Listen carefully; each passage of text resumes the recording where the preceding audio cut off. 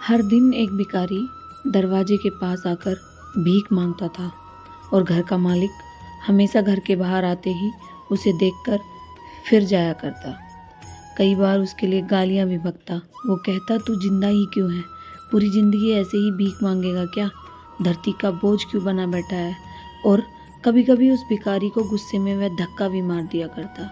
इतना कुछ हो जाने के बावजूद भिखारी के मुंह से सिर्फ यही निकलता कि भगवान, हे भगवान, तुम्हारे पापों को माफ़ करे। एक बार सेठ को धंधे में बड़ा नुकसान होने की खबर मिली। सेठ बहुत परेशान था कि तभी उसके दरवाजे पर वही भिखारी आया। गुस्से में अपना आपा खोते हुए सेठ ने उसे भिखारी को पत्थर दे मारा। पत्थर लगने के कारण भिखारी का सिर फूट गया और उसके सर से खून बहने लगा। फिर भी दर्द से कर्राते हुए भिखारी ने इतना ही कहा, भगवान तुम्हारे पापों को माफ़ करे। भिखारी वहाँ से चला गया। सेठ सोच में पड़ गया कि भिखारी को पत्थर मारा, फिर भी उसने सिर्फ प्रार्थना की। सेठ का गुस्सा शांत हुआ। भिखारी का रहस्य जानने के लिए सेठ ने भिखारी का पीछा करना शुरू कर दिया। भिखारी जहाँ जहाँ जाता, सेठ उसके पीछे पीछे जाता। सेठ ने देखा कि कोई उसको खाना देता, कोई उसको मारता, कोई अपमानित करता तो कोई गाली देता। लोग भिखारी के साथ चाहे जैसा व्यवहार करते, लेकिन भिखारी सबके लिए एक ही प्रार्थना करता, भगवान तुम्हारे पाप माफ़ करे। अब रात होने को आई थी। भिखारी अपने घर जाने के लिए लौटा। वो अपने घर पहुंच गया, लेकिन सेठ अभी भी उसका पीछा कर ही रहा था। एक पुरानी टूटी हुई खटिया पर एक बूढ़ी औरत लेटी हुई थी। काफ़ी कमज़ोर और बीमार लग रही थी। वह भिखारी की पत्नी थी। अपने पति को वापस आता देख वह काठ से उठ खड़ी हुई। पत्नी ने अपने पति के भीख वाले कटोरे में देखा, उसमें सिर्फ आधी बासी रोटी थी। उसे देखकर वह बोली, आज बस इतना ही मिला? और हाँ, आपके सिर से खून निकल रहा है, ये चोट कैसे लगी? बूढ़ा भिखारी बोला, आज बस इतना ही मिला।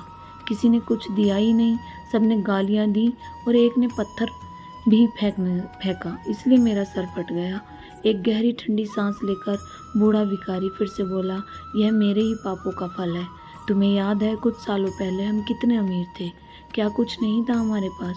हमारे पास हर चीज़ ज़रूरत से ज़्यादा थी, लेकिन हमने कभी दान नहीं किया।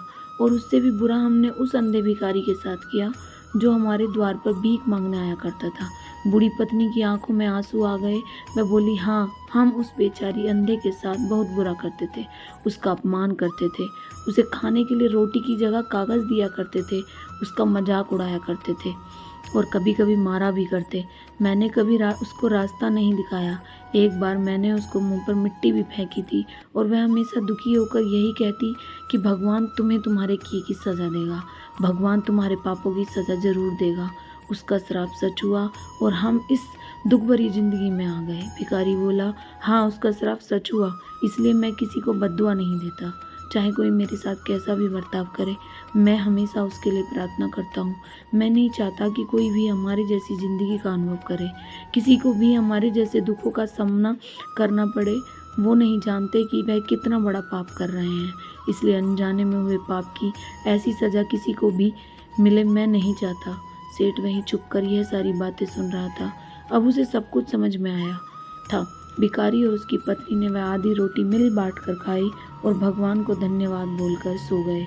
अगले दिन बड़ा भिखारी फिर से भीख मांगने गया। सेठ के घर के पास जाते हैं। सेठ ने पहले से गर्म रोटी या उसके लिए निकाल कर रखी थी। उसे देते हुए सेठ विनम्रता से बोला, माफ़ कर दीजिए बाबा, उसे बहुत बड़ी गलती हो गई। बूढ़ा भिखारी बोला, भगवान तेरा भला करे। इतना कहकर वह आगे निकल गया। इस कहानी से जो सीख लेने लायक है वह बड़ी ही सिंपल है कि आदमी चाहे किसी के बारे में बुरा कहे या भला करे, लेकिन भगवान सिर्फ कर्म के हिसाब से उसको फल देता है। क्या हुआ अगर भगवान नहीं दिखता है, लेकिन यह बात बिल्कुल सच है, उसके खाते में सबका हिसाब बहुत बहुत पक्का होता है। इसलिए जब किसी के लिए कुछ भी करो तो अच्छा ही करो। अगर आप सभी को यह कहानी पसंद आई हो तो हमारे चैनल को सब्सक्राइब ज़रूर करें और लाइक एंड कमेंट करके बताएं कि आपको यह स्टोरी कैसी लगी। आप सभी का धन्यवाद।